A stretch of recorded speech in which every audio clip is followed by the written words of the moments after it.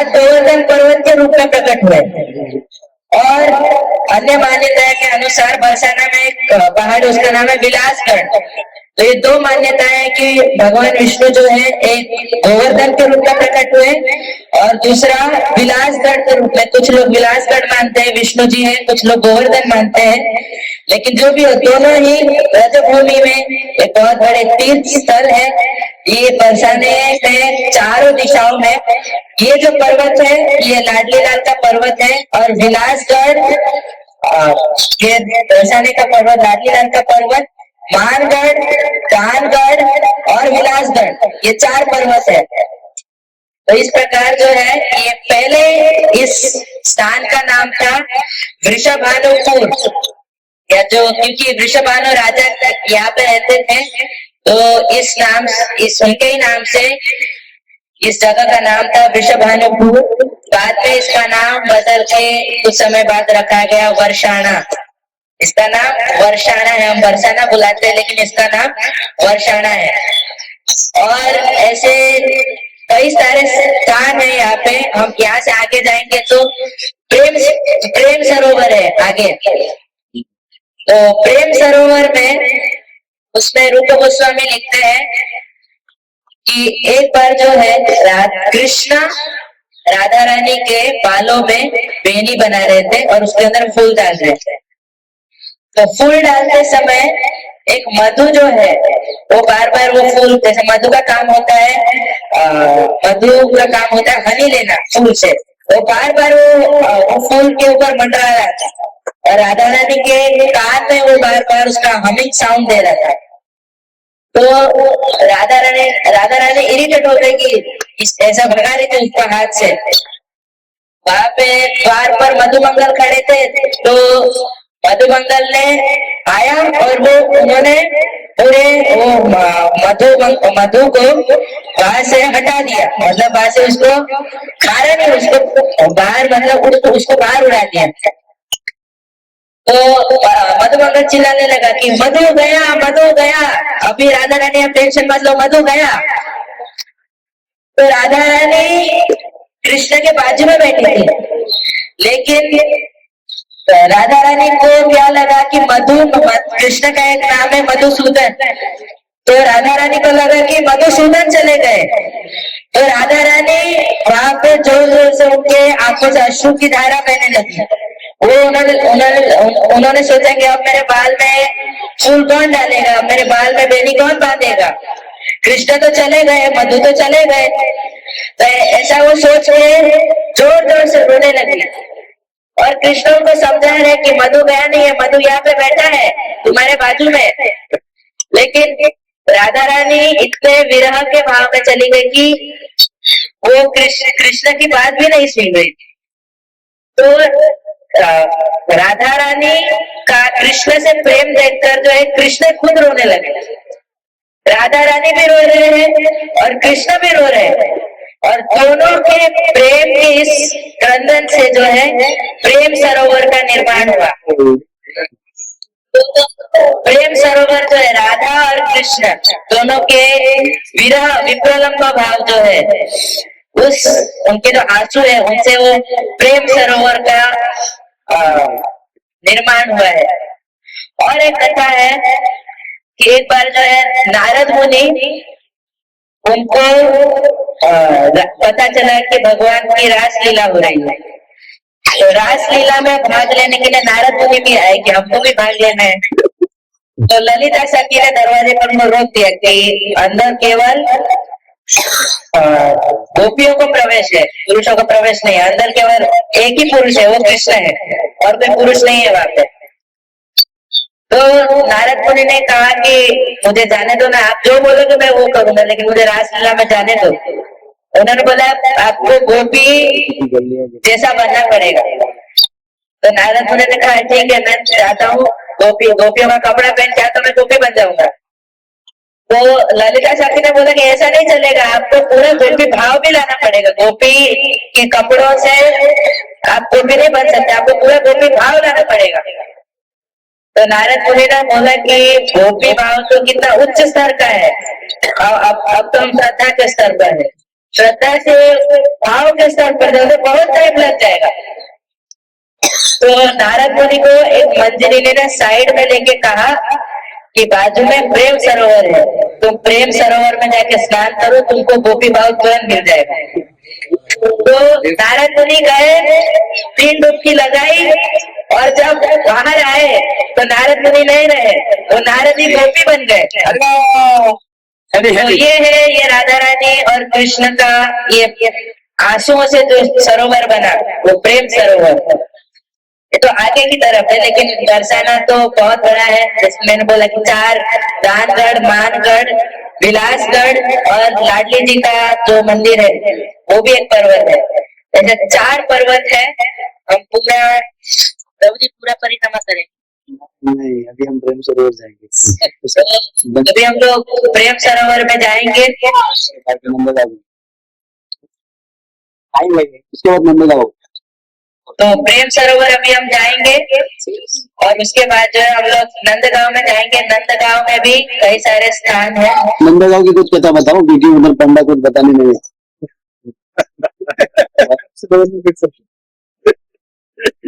तो ये पीली पोखर की कथा हमने सबसे पहले सुनी, अभी बाद में फिर प्रेम सरोवर की, और प्रेम सरोवर के बाद हम जाएंगे नंदग्राम में। श्री नंदग्राम धाम की। तो नंदगांव गांव में कृष्ण 3 साल 6 महीने तक रुके थे। तो हर जगह पे कृष्ण जो है 3 साल 6 महीने तक रुके थे। सबसे पहले गोकुल जो हम कल गए थे, वहां पे कृष्ण 3 साल 6 महीने रुके। तो गोकुल में अंतिम लीला था जो यमलार्जुन वृक्ष का जब उनको उखाड़ दिया भगवान ने अपने उखल से, तो वो अंतिम लीला था। बाद में फिर कृष्ण शिफ्ट हो गए गोकुल से छठी करा। आज का छठी करा उनका उसका नाम है, पहले सप्तावर था। और फिर वहां पे कृष्ण 3 साल 6 महीने तक रुके। तो इस प्रकार 3 साल 6 महीने और यहाँ पे 3 साल 6 महीने, ये पूरे 7 साल जो है कृष्ण गोकुल और छठीकरा में रुके। और 10 साल 6 महीने तक, 7 साल से लेकर 10 साल 6 महीने तक कृष्ण नंदग्राम में रुके थे। और नंदग्राम में भी उन्होंने कई सारे लीलाएं की हैं। जैसे कि एक स्थान वहां पे है हाउ बिलाऊ। तो कृष्ण जब गाय चराते थे, तो गाय चराते समय शाम हो जाती थी। शाम हो जाने के बाद भी कृष्ण गाय चराते रहते, अपने मित्रों के साथ खेलते रहते थे। तो यशोदा मैया जो है घर से बाहर आती थी और कृष्ण को समझाती थी कि अरे कृष्ण घर पे जाओ, जल्दी चलो घर पे, हाउ आ जाएगा, हाउ तो उठा लेगा। कृष्ण ने बोला कि भैया ये हाउ कौन है? तो यशोदा मैया ने कहा कि हाउ एक प्राणी है जो तुमको उठा ले जाएगा। और फिर वो उसका स्वरूप भी यशोदा मैया ने बताया कि किस प्रकार वो विकराल स्वरूप लेके आता है। पूरा उसका दांत उसका स्वरूप है, काला एकदम, लाल लाल आंखें। तो और कृष्ण ने भी ऐसा लीला किया कि जैसे ही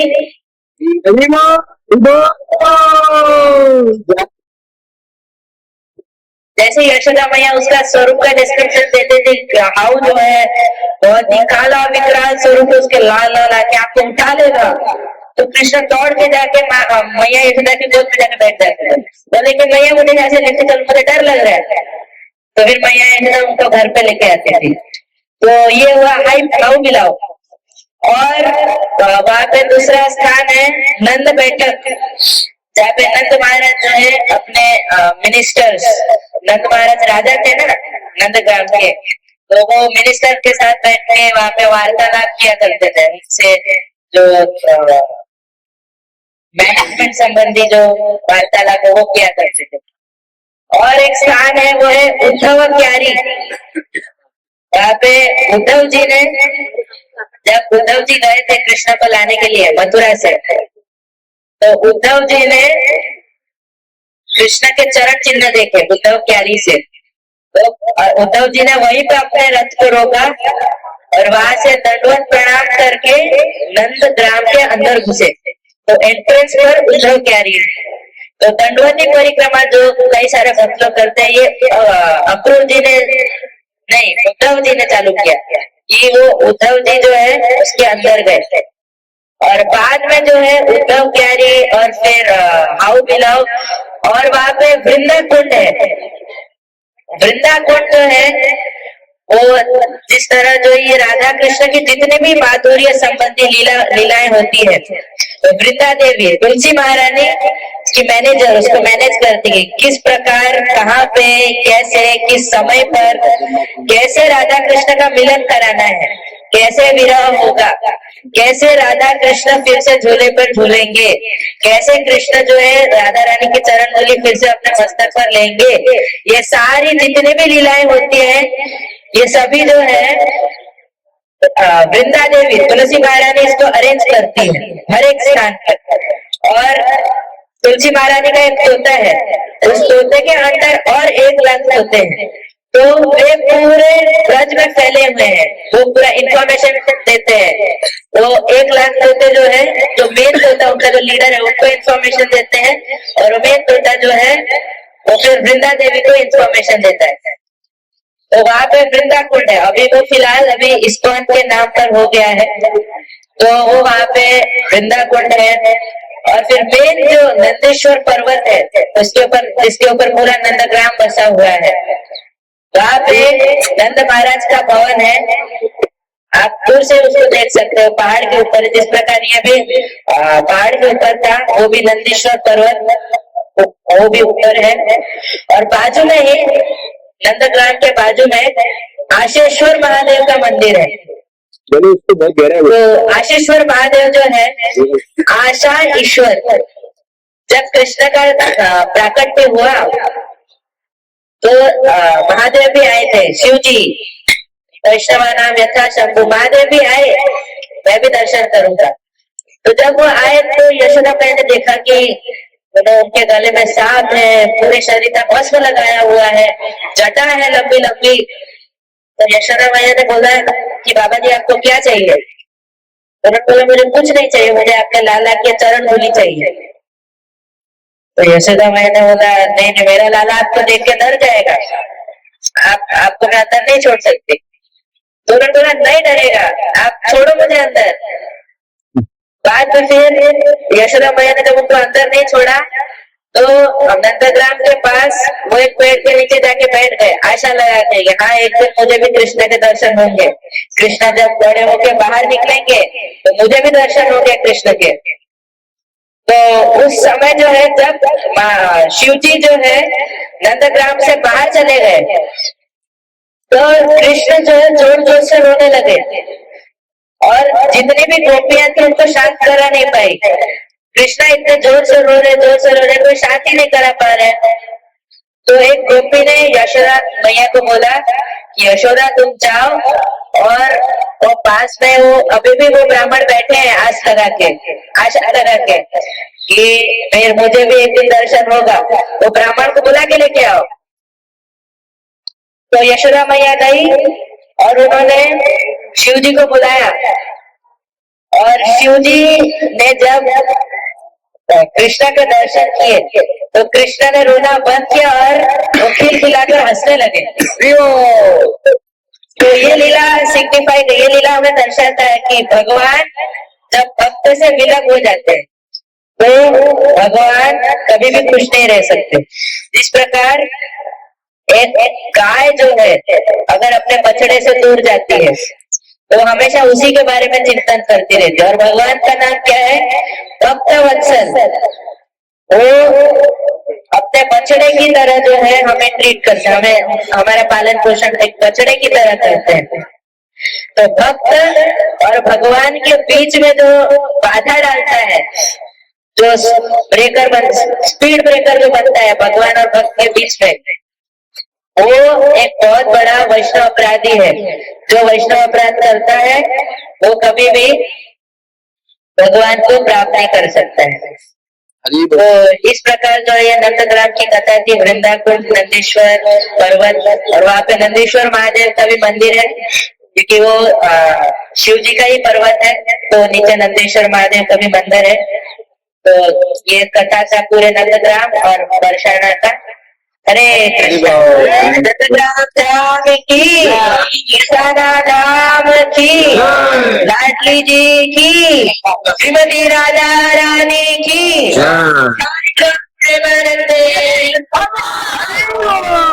जगन्नाथ प्रभु की हरे कृष्णा। तो यहाँ पे बहुत सारे भक्त नए भी आए हैं जो पहली बार वृंदावन में आए हैं और नए भक्त हैं, कुछ पुराने भी हैं। तो आप, हमने कथा तो बहुत सुनी, अभी आप कुछ बताइए कि यहाँ से वृंदावन से एक्चुअली क्या लेके जाए होकर के, मतलब एग्जैक्टली क्या शिक्षा लेना चाहिए वृंदावन धाम से, that is the take away Vrindavan यात्रा।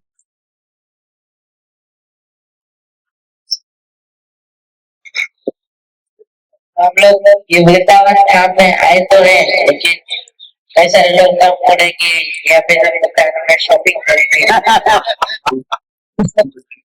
शॉपिंग करेंगे। कुछ लोग तो घूमने के इरादे से आए कि हम यहाँ पे घूमने के लिए आए हैं। बहुत सारे लोग बोलते हैं कि आप तो अकेले अकेले घूमते हो, आप खुद भी बोलते हैं कि आप तो घूमने जाते हो। तो हम इस वृंदावन धाम में सबसे पहली बात तो ये कि ये हमारे पिछले जन्म का सुकृति था या ये राधा रानी की कृपा है कि राधा रानी ने हमें इस वृंदावन धाम में बुलाया है। हरि बोल।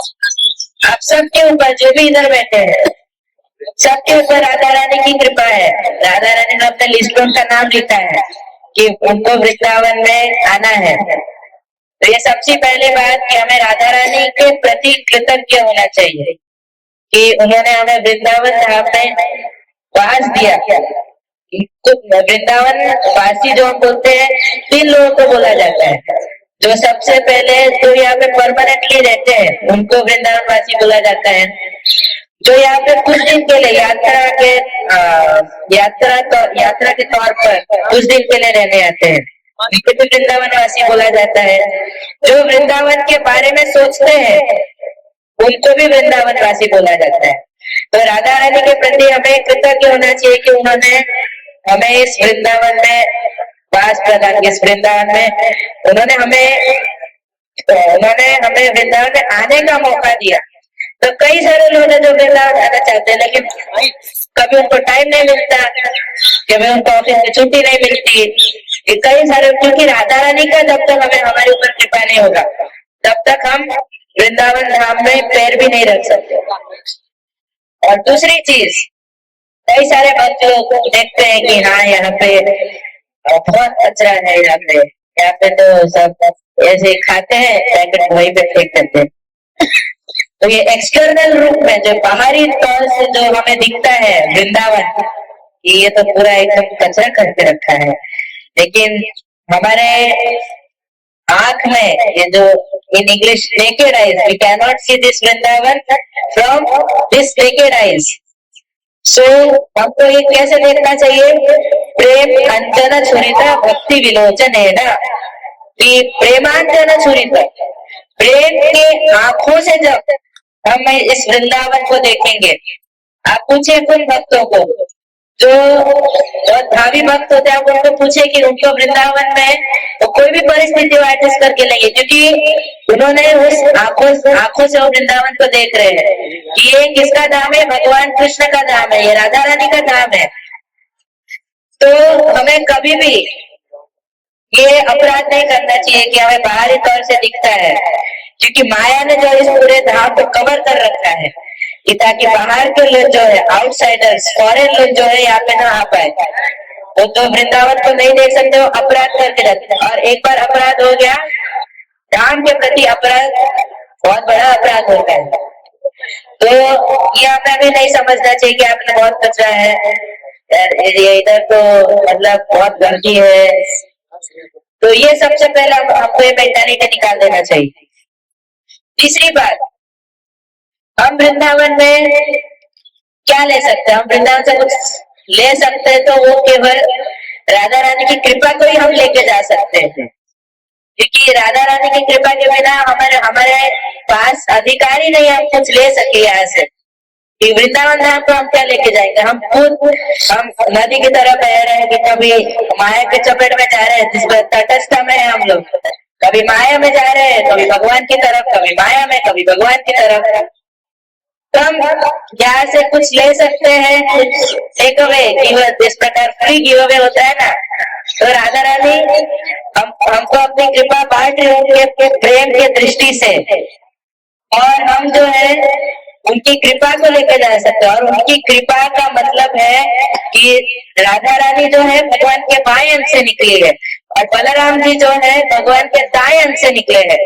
तो राधा रानी जब कृपा करती है तो बलराम जी के रिप्रेजेंटेटिव, यानी कि हमें गुरु प्राप्त होते हैं। राधा रानी की कृपा से हमें बलराम जी की कृपा प्राप्त होती है।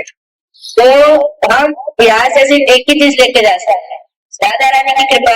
और राधा रानी की कृपा प्राप्त होगी तो हम जो है गुरु महाराज ने जो हमें इंस्ट्रक्शन दिया है, अब हमें जब हम वो पालन करेंगे तो वही हम हमारे लिए वृंदावन से टेक अवे। गुरु महाराज ने इंस्ट्रक्शन जो दिया है हमारे लिए कि हरिनाम जप करो और इस हरिनाम को प्रचार करो। प्रभुपाद जी ने हमारे लिए सारे रेस्ट्रिक्शन सारे निकाल दिए हैं कि आप कहीं पर भी जाओ, हरिनाम लो और प्रचार करो। कुछ भक्त करते हैं कि प्रचार तो करते हैं लेकिन साधना डाउन चली जाती है। ऐसा भी नहीं होना चाहिए कि धाम में हमको ज्यादा से ज्यादा हमको साधना बढ़ानी चाहिए। श्रवण कीर्तन और प्रभुपाद जी के बुक्स का अध्ययन, ये सब हमें धाम में बढ़ाना चाहिए। कुछ भक्तों के यहाँ पे कम हो जाता है, लेकिन हमको इस साधना को और बढ़ाना चाहिए। और प्रचार मतलब जो हमारा जब साधना गले तक हो जाएगा, यहाँ तक एकदम जब गले तक हो जाएगा ना, तो वो प्रकार आ जाएगा, ओवरफ्लो। तो वो प्रचार जो है क्वालिटी प्रचार होता है। तो ये गुरु महाराज का निर्देश है कि हमें हरिनाम लेना है और हरिनाम बांटना है। तो इस वृंदावन धाम से हम गुरु महाराज के इंस्ट्रक्शन को लेके जा सकते हैं यहाँ से कि हाँ, हम जब वापस घर पे जाएंगे तो और प्रचार, अगर बुक डिस्ट्रीब्यूशन का टाइम है तो अभी हम और बुक डिस्ट्रीब्यूशन और उत्साह के साथ बुक डिस्ट्रीब्यूशन करेंगे। सबसे पहले तो हम मंगलारती में उठेंगे और अच्छे से चैंटिंग करेंगे, जप करेंगे। उसके बाद जो हम बुक डिस्ट्रीब्यूशन के लिए जाएंगे। और केवल बुक डिस्ट्रीब्यूशन नहीं, हमें प्रभुपाद जी के बुक्स का पठन भी करना है। तो ये दोनों चीज सब करेंगे तो आप देखिए आपको बुक डिस्ट्रीब्यूशन में कितना रस आएगा, प्रचार में आपको रस आएगा। तो इस वृंदावन धाम से अब गुरु महाराज की कृपा, राधा रानी की कृपा मतलब गुरु महाराज की कृपा, तो हम उसको इस वृंदावन धाम से जो असली धन जो है गुरु महाराज जो बांट रहे उसको हमें भी उसको आगे बांटना है। गुरु महाराज ने हमें बांटा, हम तक सीमित नहीं रखना है, हमें और आगे बांटना है उसको। तो ये वृंदावन धाम से हमें प्रेम का जो गुरु महाराज ने लगातार इसको कृपा दे रही है। भीड़ बैग तो प्रभुपाद जी ने बैग बनाया, भीड़ इसके अंदर है। प्रभुपाद जी ने बैग इसलिए बनाया क्योंकि प्रेम जो है कभी भी खुले में नहीं होती, प्रेम हमेशा अंदर होती है, क्लोज होती है। तो ये बीड बैग इसका सूचक है कि गुरु महाराज ने हमें ये बीड्स दिया। ये जब हम चैंटिंग करते हैं तो ये भगवान और हमारा प्रेम का संबंध है। हमारा संबंध कैसा है भगवान के साथ? जीवेर स्वरूप होए कृष्णेर नित्यदास। तो ये जो हमारा संबंध है ये सुदृढ़ करने वाला, ये प्रेम का जो संबंध है हमारा, ये इसको सुदृढ़ करने वाला हरिनाम है। तो हरिनाम लीजिए, हरिनाम बांटिए, बुक डिस्ट्रीब्यूशन करिए एंड बी हैप्पी, और खुश रहिए। जय हो।